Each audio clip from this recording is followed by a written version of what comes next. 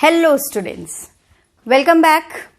Today in this video we are going to study a very important topic in terms of your board exams, that is colloids. So without wasting a second, let us start.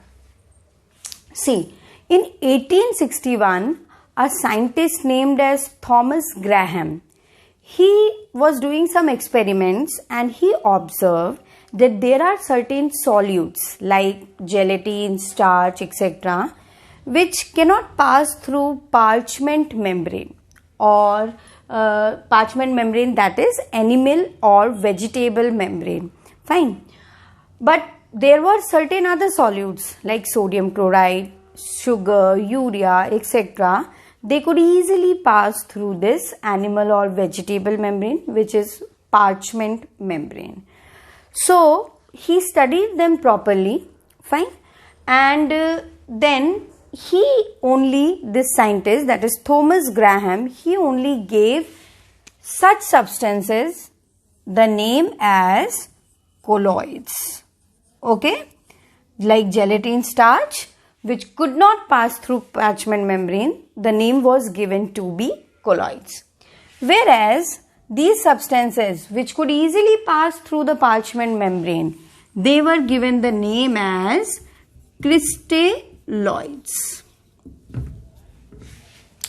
Then he was doing certain more experiments and he observed that means a particular substance can behave like both a crystalloid as well as a colloid. Okay, like there are some substances which behave like colloid in one solvent, whereas crystalloid in another solvent. For example, soap. You know, soap solution you all have seen at your homes, isn't it? So soap in water is a typical colloid, whereas soap in alcohol is a crystalloid. So two different solvents, isn't it? But we can say colloid, in one solvent the soap is behaving like a colloid, and in another solvent the soap is behaving like a crystalloid. So then he observed this phenomenon with some more solutes and all, and he told Thomas Graham that whether a substance will behave like a colloid or a crystalloid, it will not depend upon this thing, that is whether it could pass through parchment membrane or not, but a substance will behave like a colloid or crystalloid depends upon what? It depends upon the particle size, okay, particle size of the solutes. Fine. So over here now we can say colloid can be defined like this. It is not a substance. Colloid is not a substance, but it is a state of substance which depends upon particle size. Okay, so that means a same substance can behave like colloid or crystalloid depending upon the particle size, okay, in different solvents.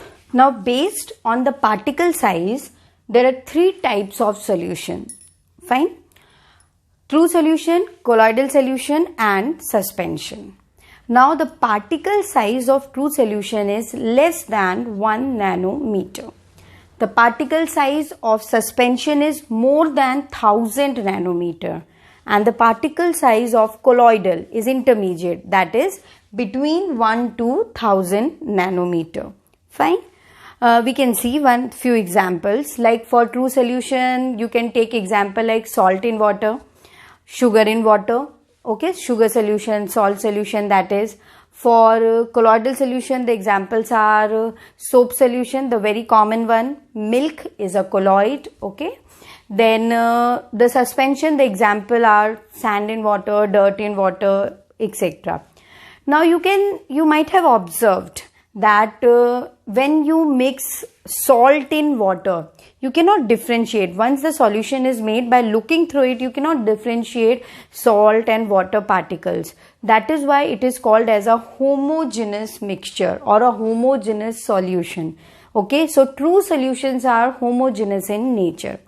When we talk about suspensions, I repeat, suspensions. Sand in water, you mix sand in water or dirt in water, you can easily differentiate between two: dirt particles, sand particles, and water. Okay, and you might have observed the sand or dirt will get settled down very quickly at the bottom of the container. So suspensions are heterogeneous in nature because they will easily separate out. When we talk about colloidal solutions actually they appear to be homogeneous, but actually they are heterogeneous. Okay, appear to be homogeneous but are heterogeneous. For example, soap solution. You can do this at your homes also. Soap solution you prepare, you keep it for some hours, then what you will observe, the soap particles will settle down at the bottom of the vessel, isn't it?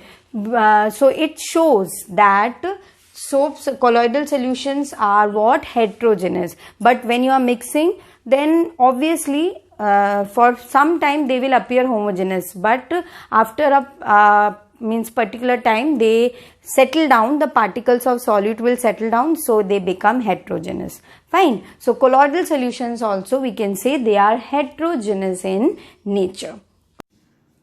So let's see the differences between the three types of solution, that is true solutions, suspensions and colloids. The first difference is written there. See, suspension, they are opaque, that is they cannot pass light through them. Colloids, translucent. Then solutions, they are transparent in nature. Suspension, their particle size, now we'll see the next one, that is particle size. The particle size of suspension is more than 1000 nanometer. Colloids, it is between 1 to 1000 nanometer. Solutions, the particle size is less than 1 nanometer. Then whether their filtrability, the next property we'll see is their filtrability. So suspension, they cannot pass through filter paper or through parchment membrane, that is animal or vegetable membrane. But colloids, they can pass through filter paper but not through parchment membrane. And solutions, they can pass through both filter paper and parchment membrane because their particles are very small, less than 1 nanometer. Then suspension stability we are talking about now. The suspension, the particles will settle down very fast, isn't it? For example, sand in water, the particles of sand will settle down very quickly. Colloids, the particles do not settle down under normal conditions. And solutions, they too do not settle down at all. Solutions तो बिल्कुल नहीं settle down होते हैं. Then suspension, visible. Suspensions are visible to naked eye, हमको easily दिख जाते हैं. Sand in water. Colloids, you can view them only under ultra microscope. And solutions, हम ultra microscope से भी उनको नहीं देख सकते हैं. Then the next two properties are Tyndall effect and Brownian motion. ये properties आप लोग ने 9th में भी पढ़ी है डिटेल में, और यहाँ पे भी हम आगे डिटेल में पढ़ने वाले हैं. Just now you remember, suspension Tyndall effect show करते हैं, कोलॉइड्स टिंडल इफेक्ट शो करते हैं. यही स्पेसिफिक एक यूनिक प्रॉपर्टी है कोलॉइड्स की जो हमें डिफ्रेंशिएट करने में हेल्प आउट करती है from true solution. So colloids will show Tyndall effect and solutions they do not show Tyndall effect. Suspensions, they may show Brownian motion, दिखा सकते हैं या नहीं भी दिखा सकते हैं. कोलॉइड्स जो है वो ब्राउनियन मूवमेंट दिखाते हैं, जिगजैग मोशन होता है ये. सॉल्यूशंस जो है दे do not show Brownian movement. Fine. और एग्जाम्पल्स बहुत सारे हैं. देखो सॉल्यूशंस के आप एग्जाम्पल ले सकते हो, simple salt solutions, sugar solution etcetera. Colloids के एग्जाम्पल है, the common one is soap solution या मड इन वाटर. ठीक है, कोलॉइड का एग्जाम्पल. सस्पेंशन का एग्जाम्पल है sand in water. Fine. So these are the differences between all the various three types of solutions. So now we can define colloidal solution like this. It is a heterogeneous solution in which particle size ranges from 1 to 1000 nanometer and cannot pass through parchment membrane, that is animal or vegetable membrane, but it can pass through filter paper. Okay. Now there are two phases in the colloids. These two phases are, one is dispersed phase, in short we can write DP. Another one is dispersion medium, which can be written as DM. You have studied in solutions there are two components, solutes and solvent. It is also same, but we use this word dispersed phase and dispersion medium. Now dispersed phase is the component present in small proportion like solute. Okay. So, and dispersion medium is the component present in excess like solvent. So two phases will be there. We will, in spite of using solute and solvent, we will be using these two terms, dispersion phase and dispersed phase and dispersion medium. Now let's see classification of colloids. Colloids are being classified on the basis of three criteria. First one is based on the physical nature of dispersed phase and dispersion medium. Second, based on nature of interaction of dispersed phase and dispersion medium. And third is based on the types of particles of dispersed phase. On the basis, so we'll see all the three things in detail now, one by one. First one, on the basis of physical nature of dispersed phase and dispersion medium. Physical nature means that is whether the dispersed phase or dispersion medium are solid, liquid or gas. Okay, that is the physical state. So on this basis, the colloidal solutions are classified into 8 types. So let's start the classification of the colloids. So I told you, first of all, they are being classified on the basis of physical state of dispersed phase and dispersion medium. So on that basis, the colloids are being classified into 8 types. Okay. See, now dispersed phase we are taking solid, and dispersion medium it can be solid, liquid or gas. Okay. First of all, solid in solid. When I am saying solid in solid, that means dispersed phase is solid as well as dispersion medium is also solid. So solid in solid, the colloidal type is called as solid sol. Sol जो word है, that is also used for colloidal solutions. The examples are colored glasses and gemstones. Okay.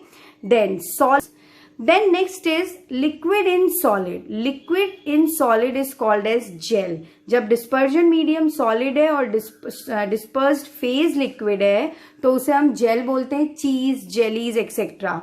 Then liquid in liquid, a very important one, emulsion. जब दोनों dispersed phase और dispersion medium, when both are liquid, then it is called as emulsion, जो हम आगे detail में भी पढ़ेंगे, like milk, hair creams, butter etc. Liquid in gas again are called as aerosol. देखो dispersion medium अगर gas है, ठीक है, तो solid उसमें ऐड हो चाहे liquid ऐड हो, उसे हम aerosol ही कहते हैं. And for liquid in gas the example is fog, mist, cloud, insecticide sprays etc. Gas in solid, solid sol, pumice stone, foam rubber.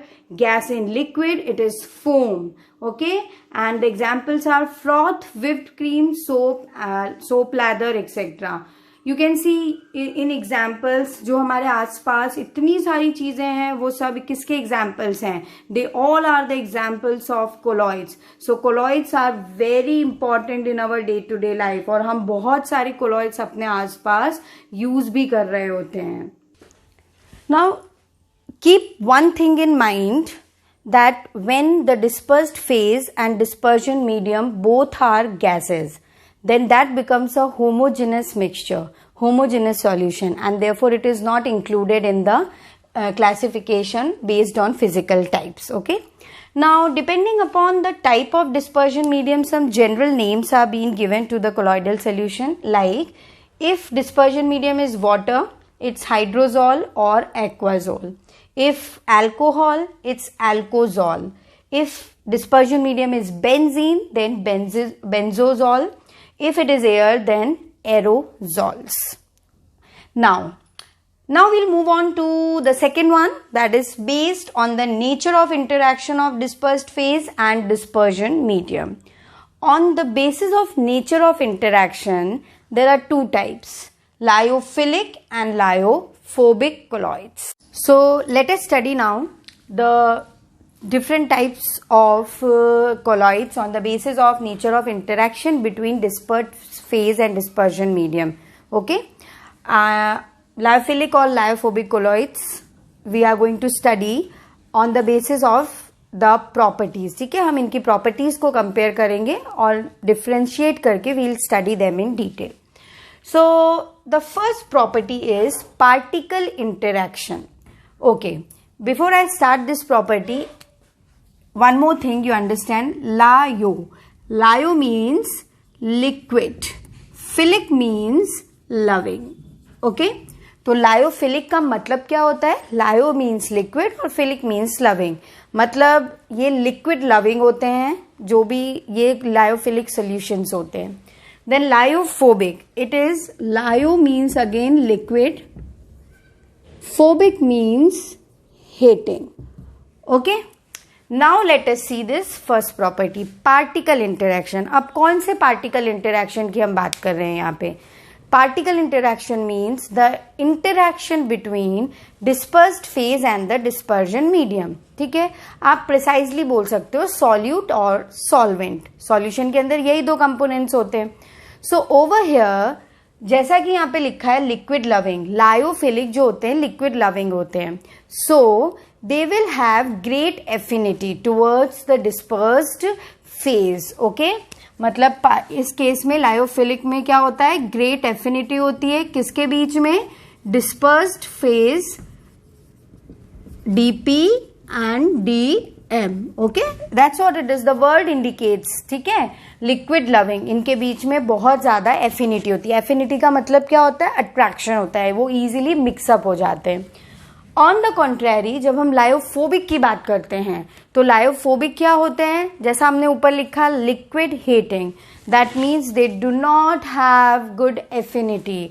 Okay, so we can also write no affinity simply. अब affinity में जब लिख रही हूं तो किसके बीच की बात कर रही हूं मैं? I am talking about dispersed phase and dispersion medium. ठीक है, इस केस में, फोबिक के केस में, लिक्विड जो भी डिस्पर्स्ड फेज और डिस्पर्जन मीडियम है उनके बीच में एफिनिटी नहीं होती है. लायोफिलिक के केस में जो डिस्पर्स्ड फेज और डिस्पर्जन मीडियम है उनके बीच में ग्रेट एफिनिटी होती है या अच्छी एफिनिटी होती है. Okay, then next one is preparation. अब लायोफिलिक कोलॉइड्स को हम बहुत ही इजीली बना सकते हैं. Can be easily made. ठीक है, can be easily made by direct mixing.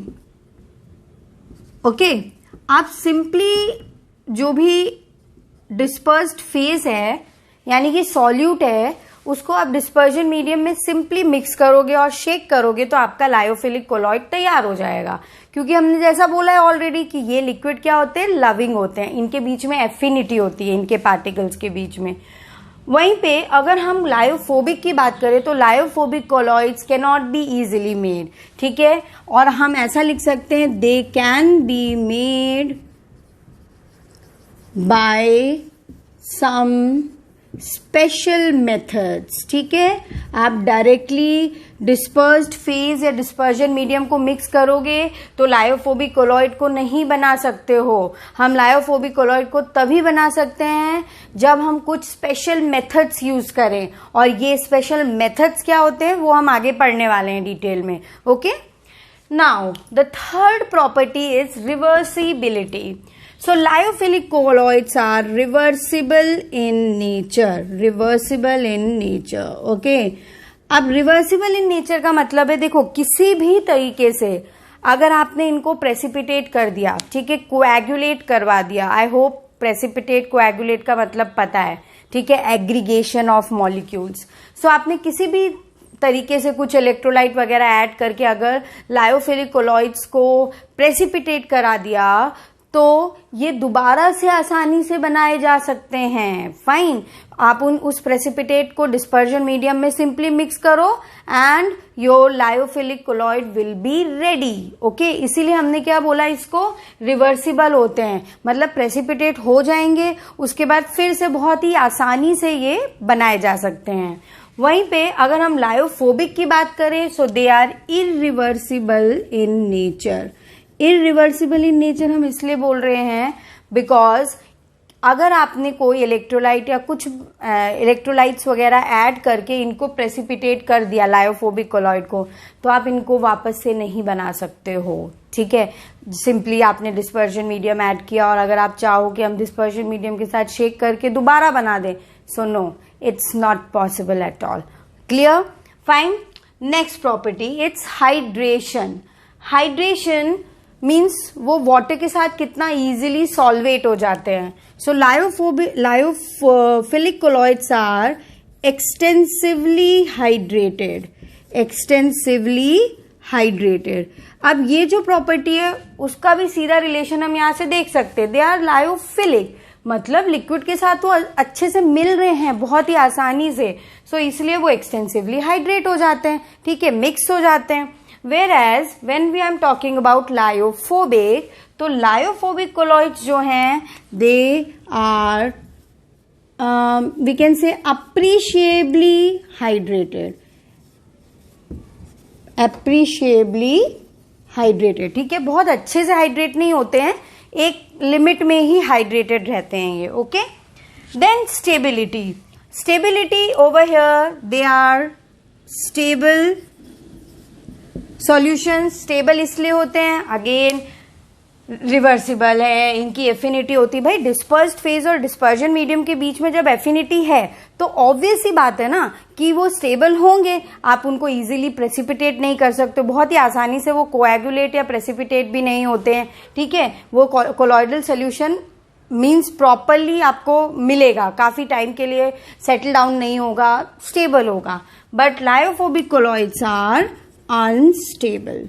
ये अनस्टेबल इसलिए होते हैं क्योंकि इनको, ये अनस्टेबल होते हैं एंड नॉर्मली डायरेक्ट मिक्सिंग से तो बनते ही नहीं है, and you need means some traces of stabilizers. अगर आपको इनको स्टेबलाइज करना है तो आपको क्या ऐड करना पड़ेगा, ट्रेसेस ऑफ स्टेबलाइजर्स इसमें ऐड करने पड़ेंगे। स्टेबलाइजर्स क्या होते हैं हम आगे डिटेल में पढ़ेंगे नेक्स्ट वीडियो में, बट जस्ट अंडरस्टैंड ये अनस्टेबल होते हैं, आपको इनके अंदर कुछ ट्रेसेस ऑफ स्टेबलाइजर्स ऐड करने पड़ते हैं। Now the next property is action on of electrolytes. So over here when we are talking about lyophilic colloids, so when means they are not easily precipitated, not easily precipitated by adding small amounts of electrolyte. Okay, because they are highly stable. सो आप इनमें थोड़ा सा electrolyte add करोगे या electrolyte add करोगे initially तो ये precipitate नहीं होंगे। ये कब प्रेसिपिटेट होंगे, जब आप इनमें excess of means large quantity of electrolytes add करोगे, देन ओनली। वेयर एज अगर हम लायोफोबिक की बात करें तो लायोफोबिक कोलॉइड जो हैं दे आर इजीली प्रेसिपिटेटेड, बहुत ही जल्दी प्रेसिपिटेट हो जाते हैं ये। Okay, by adding traces of electrolytes also. ठीक है, आप इसमें ट्रेसेस बिल्कुल थोड़े से इलेक्ट्रोलाइट्स ऐड करोगे तो भी ये क्या हो जाते हैं, they will get precipitated out. Fine. Now the next property is charges on the salt particle. जो कोलॉइडल सॉल्ट के पार्टिकल्स होते हैं कोलॉइडल सॉल्यूशन में, यानी कि वही solute, solvent, disperse phase, dispersion medium के जो पार्टिकल्स होते हैं, तो इनमें कोई चार्ज होता है या नहीं होता है। So in case of lyophilic colloids they are neutral. ठीक है, न्यूट्रल होते हैं। Fine, no charge is there. अब ये कैसे हम पता लगा सकते हैं, बिकॉज जब आप एक लायोफिलिक कोलॉइड को इलेक्ट्रिक फील्ड में रखोगे, ठीक है, fine, then what will happen, there will be means ये जो पार्टिकल्स होंगे डिस्पर्स्ड फेज के, ये पार्टिकल्स रैंडमली कहीं पे भी मूव करेंगे। Okay, so which shows that they are neutral in nature. On the contrary, lyophobic colloids they carry charges, ठीक है, इनके कैरी चार्जेस ऑन पार्टिकल्स, ठीक है। तो अगर आप लायोफोबिक कोलॉइड्स के पार्टिकल्स को या लायोफोबिक कोलॉइडल सोल्यूशन को इलेक्ट्रिक फील्ड में रखोगे, so the particles will start migrating towards cathode and anode, which shows that the particles themselves are having either positive or negative charges. Okay, the next property is Tyndall effect.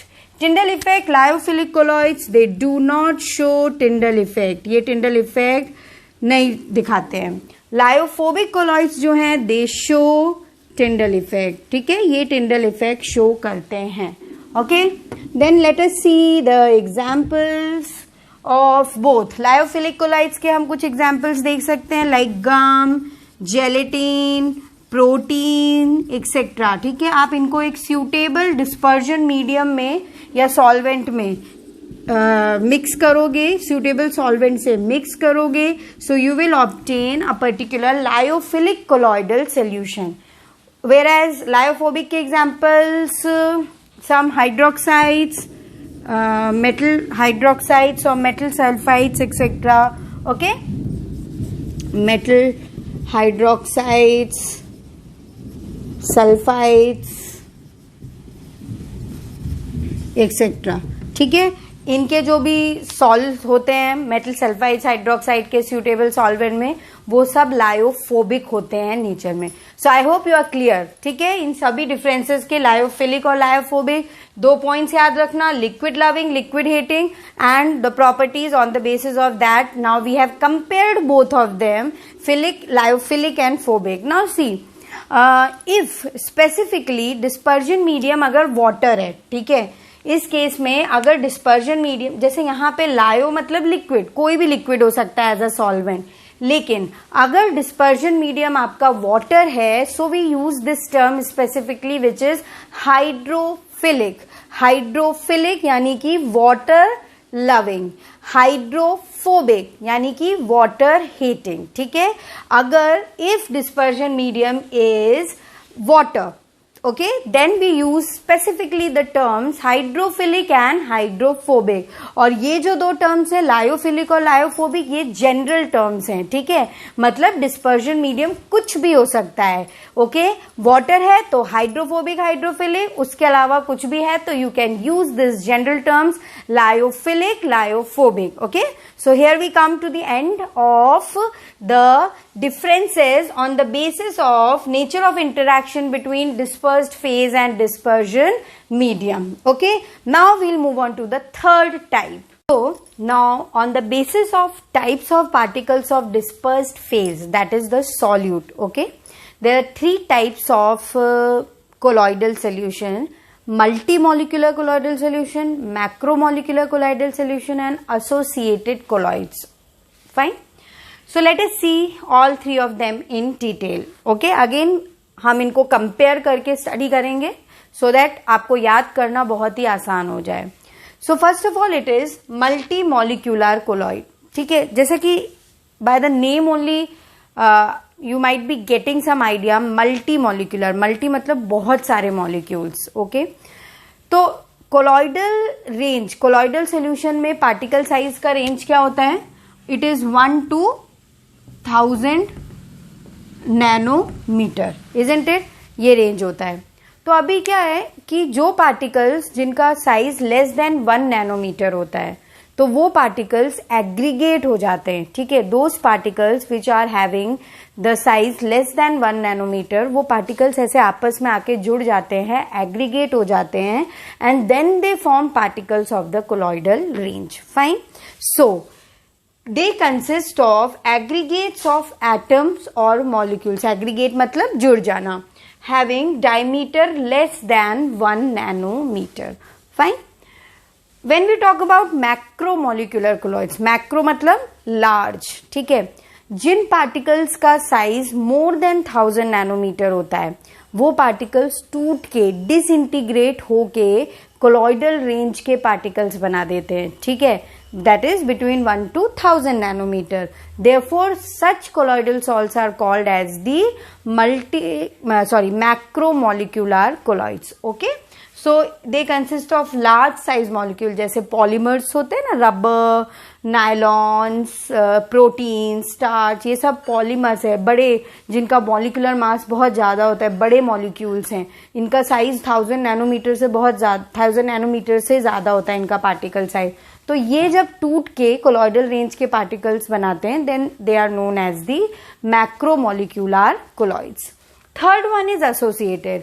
Associated में भी aggregation हो रहा है but under certain conditions. ठीक है, देखो जब for example आप एसोसिएटेड कोलॉइड्स बनाना है आपको, तो कोई भी डिस्पर्स्ड फेज है, कोई भी सब्सटेंस है, तो आप उसको मीडियम में, किसी भी डिस्पर्जन मीडियम में डिसॉल्व करोगे तो नॉर्मली तो वो नॉर्मल इलेक्ट्रोलाइट की तरह बिहेव करेगा. ठीक है, लो कॉन्सेंट्रेशन में ये जो कोलॉइड्स हैं वो नॉर्मल इलेक्ट्रोलाइट की तरह बिहेव करते हैं. ओके, बट जब कॉन्सेंट्रेशन हाई किया जाता है तो क्या होगा कि जो उसमें आयंस बनते हैं वो आयंस एक दूसरे के साथ एग्रीगेट हो जाते हैं and then they will form the associated colloids. हम एसोसिएटेड कोलॉइड्स बहुत डिटेल में पढ़ने वाले हैं अभी.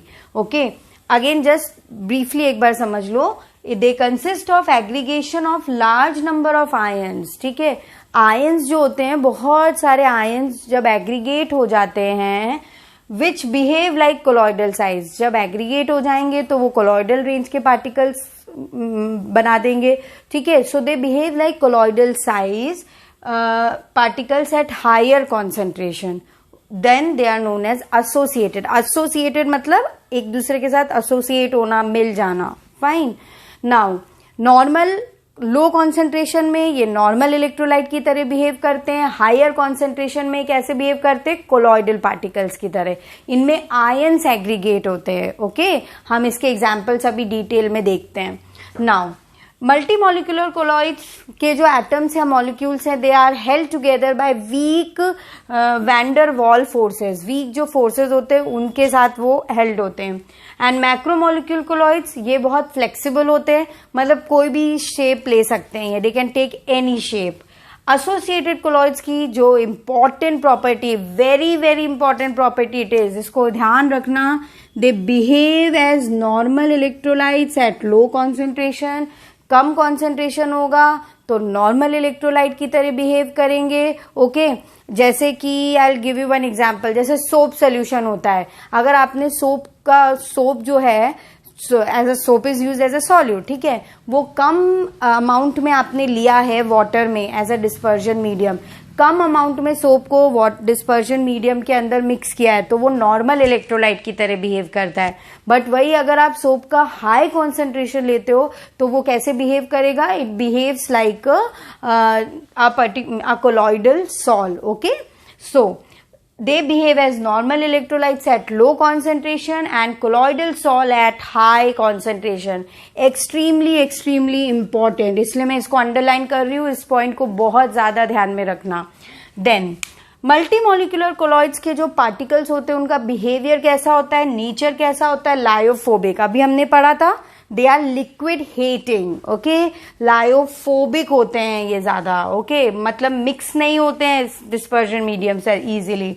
मैक्रोमोलिक्यूल के जो पार्टिकल्स होते हैं वो लायोफिलिक होते हैं.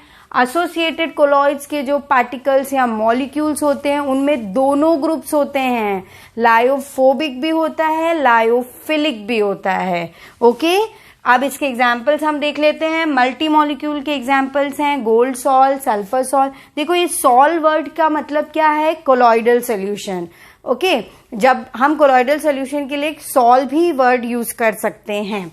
मैक्रोमोलिक्यूलर जो है polymers like rubber, starch, protein जब किसी डिस्पर्जन मीडियम में जाते हैं, ठीक है, डिसइंटीग्रेट होके कोलॉइडल साइज के पार्टिकल्स बनाते हैं तो उनको बोलते हैं हम मैक्रोमोलिक्यूलर कोलॉइड्स. एसोसिएटेड कोलॉइड्स का एग्जाम्पल है सोप सोल्यूशन. अभी हम इसको और अच्छे से डिटेल में एक एक चीज आपको अच्छे से मैं बताती हूँ इसके बारे में. फाइन, सो आई होप आप सभी क्लियर हैं. type of or classification of colloids के on the basis of all the three type bases. Okay, तीनों basis पे हमने जो different classification किया. I hope you are very clear with it. Go through the video properly. You can ask your doubts in the comment section. Stay tuned for the next video of preparation of colloids and associated colloids in detail.